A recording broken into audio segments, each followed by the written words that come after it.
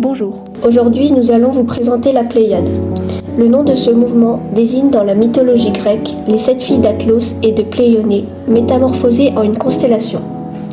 Pour le présenter, nous allons étudier son contexte historique et culturel, puis nous analyserons ses caractéristiques littéraires en s'appuyant sur des œuvres connues et étudiées en classe.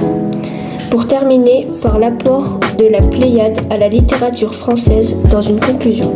La Pléiade apparaît au XVIe siècle, de 1549 à 1570.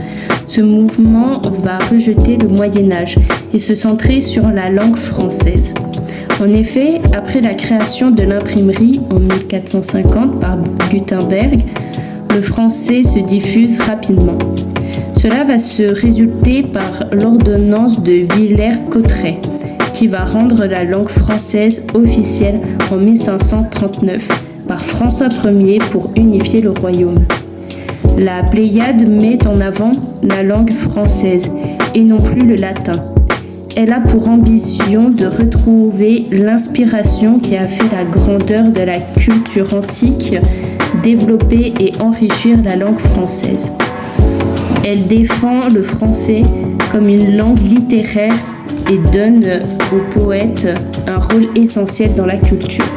La Pléiade est très reconnaissable due à ses nombreuses caractéristiques, comme tout d'abord sa forme de sonnet. En effet, un sonnet est une forme poétique créée par Pétrarque au XIVe siècle, composée de 2 quatrains et de 2 tercets.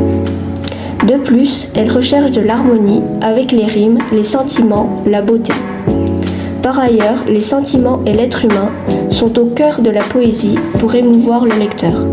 Elle est inspirée des auteurs et philosophes grecs, de la mythologie grecque, la littérature italienne et antique. Elle peut donc être reconnaissable par les caractéristiques du grec, de l'italien et de l'Antiquité.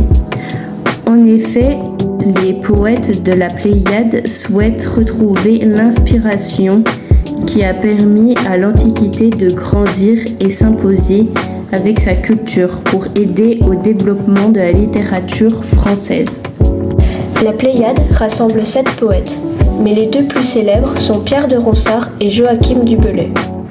Ronsard a un objectif, rendre la poésie française un art noble et prestigieux.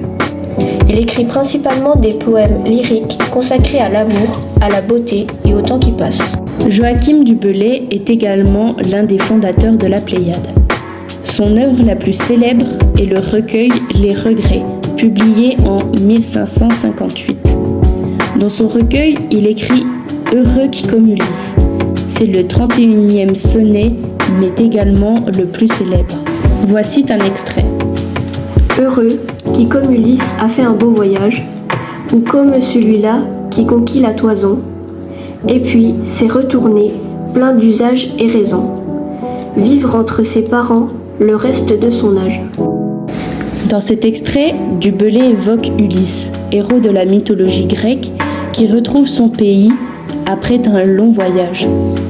À travers lui, le poète exprime son propre désir de rentrer en France.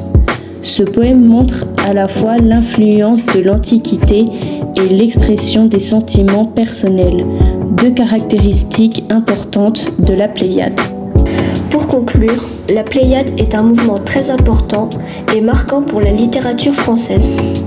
En effet, la Pléiade est à la recherche d'harmonie et met les sentiments au centre de la poésie. De plus, celui-ci est un mouvement très français et a pour but de valoriser la langue française.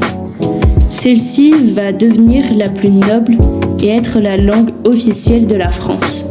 De plus, la littérature française va être plus harmonieuse et va se rapprocher de l'homme en le mettant au cœur de la poésie.